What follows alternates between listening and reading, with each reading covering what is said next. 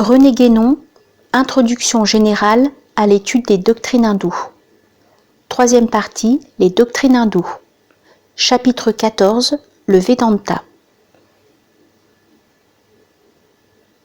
Avec le Vedanta, nous sommes, comme nous l'avons dit, dans le domaine de la métaphysique pure.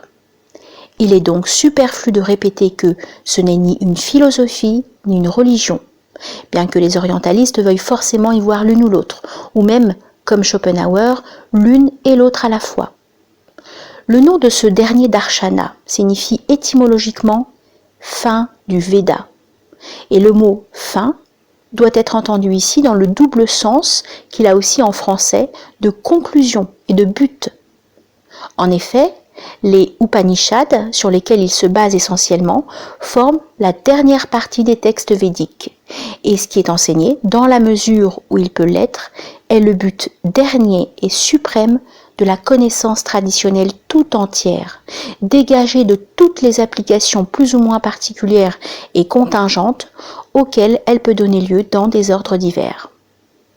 La désignation même des Upanishads indique qu'elles sont destinées à détruire l'ignorance, racine de l'illusion qui enferme l'être dans les liens de l'existence conditionnée, et qu'elles opèrent cet effet en fournissant les moyens d'approcher de la connaissance de Brahma. S'il n'est question que d'approcher de cette connaissance, c'est que, étant rigoureusement incommunicable dans son essence, elle ne peut être atteinte effectivement que par un travail strictement personnel auquel aucun enseignement extérieur, si élevé et si profond qu'il soit, n'a le pouvoir de suppléer. L'interprétation que nous venons de donner est celle sur laquelle s'accordent tous les hindous compétents. Il serait évidemment ridicule d'y préférer la conjecture sans autorité de quelque auteur européen, qui veulent que l'Upanishad soit la connaissance obtenue en s'asseyant au pied d'un précepteur d'ailleurs. Max Miller, tout en acceptant cette dernière signification, est forcé de reconnaître qu'elle n'indique rien de vraiment caractéristique, et qu'elle conviendrait tout aussi bien à n'importe laquelle des autres portions du Veda, puisque l'enseignement oral est leur mode commun de transmission régulière. Le caractère incommunicable de la connaissance totale et définitive provient de ce qu'il y a nécessairement d'inexprimable dans l'ordre métaphysique, et aussi de ce que cette connaissance, pour être vraiment tout ce qu'elle doit être, ne se borne pas à la simple théorie, mais comporte en elle-même la réalisation correspondante. C'est pourquoi nous disons qu'elle n'est susceptible d'être enseignée que dans une certaine mesure, et l'on voit que cette restriction s'applique sous le double rapport de la théorie et de la réalisation, encore que ce soit pour cette dernière que l'obstacle soit le plus absolument insurmontable. En effet, un symbolisme quelconque peut toujours suggérer tout au moins des possibilités de conception, même si elles ne peuvent être exprimées entièrement. Et cela sans parler de certains modes de transmission s'effectuant en dehors et au-delà de toute représentation formelle.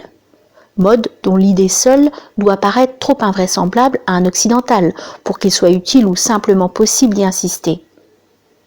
Il est vrai d'autre part que la compréhension, même théorique, et à partir de ses degrés les plus élémentaires, suppose un effort personnel indispensable et est conditionné par les aptitudes réceptives spéciales de celui à qui un enseignement est communiqué. Il est trop évident qu'un maître, si excellent soit-il, ne saurait comprendre pour son élève et que c'est à celui-ci qu'il appartient exclusivement de s'assimiler ce qui est mis à sa portée.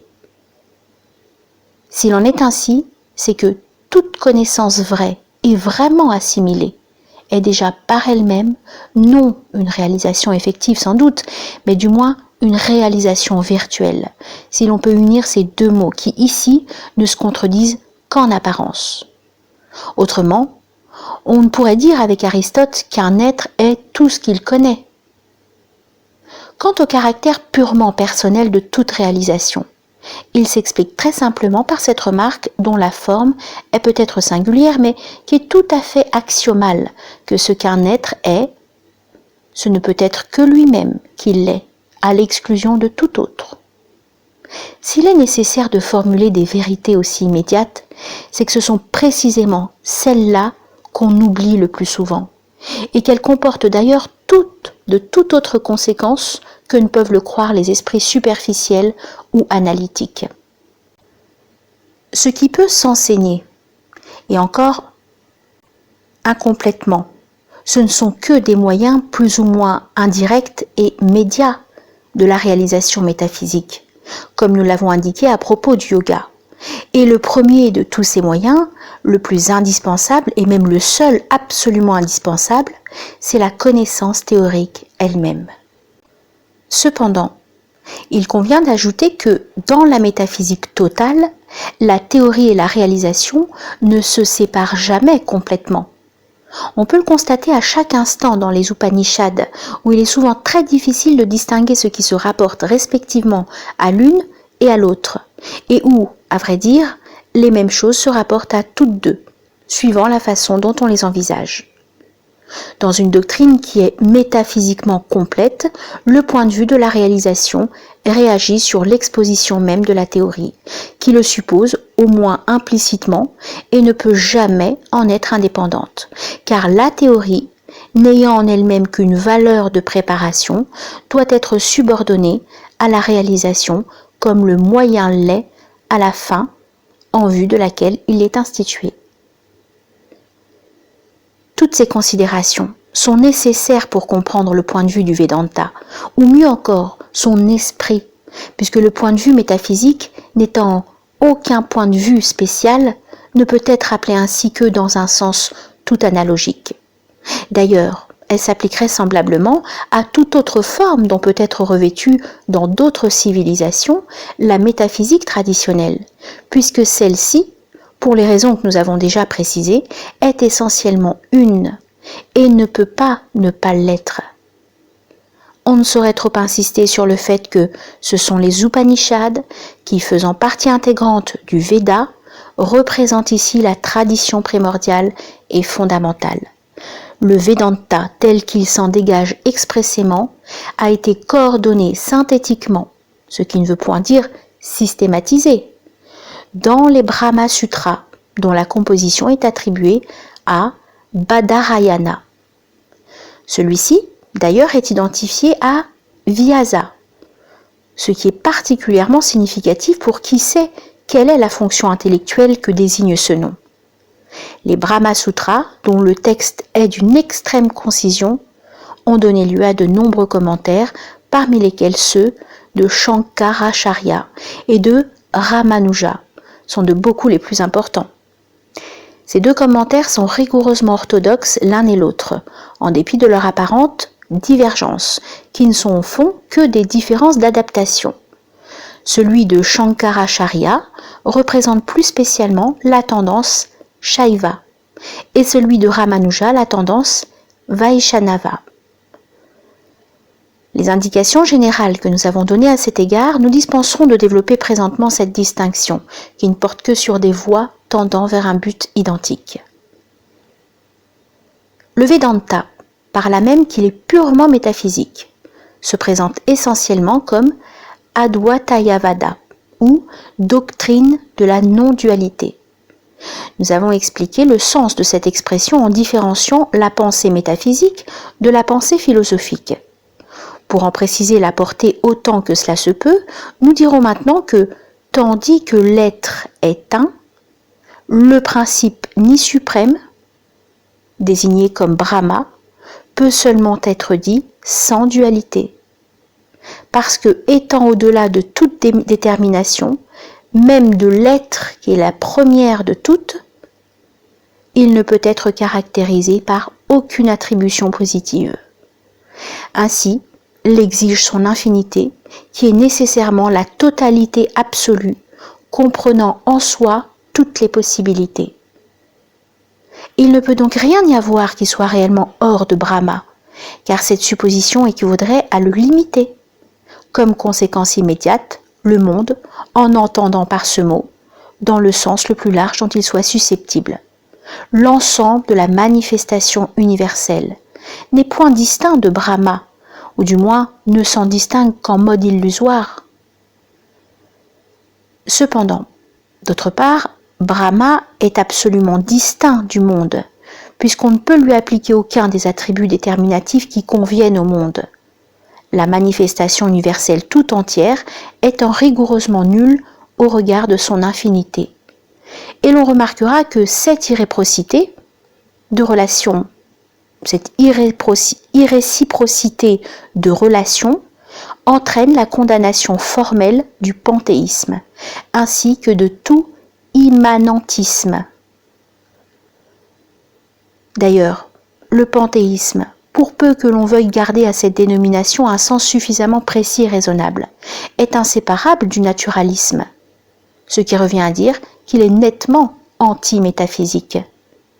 Il est donc absurde de voir du panthéisme dans le Vedanta. Et pourtant, cette idée, si absurde qu'elle soit, est celle que s'en font les plus communément les Occidentaux, même spécialistes. Voilà assurément qui est fait pour donner aux Orientaux, qui savent ce qu'est réellement le panthéisme, une haute idée de la valeur de la science européenne et de la perspicacité de ses représentants. Il est évident que nous ne pouvons donner même un rapide aperçu de la doctrine dans son ensemble. Certaines des questions qui y sont traitées, comme par exemple celle de la constitution de l'être humain envisagée métaphysiquement, pourront faire l'objet d'études particulières.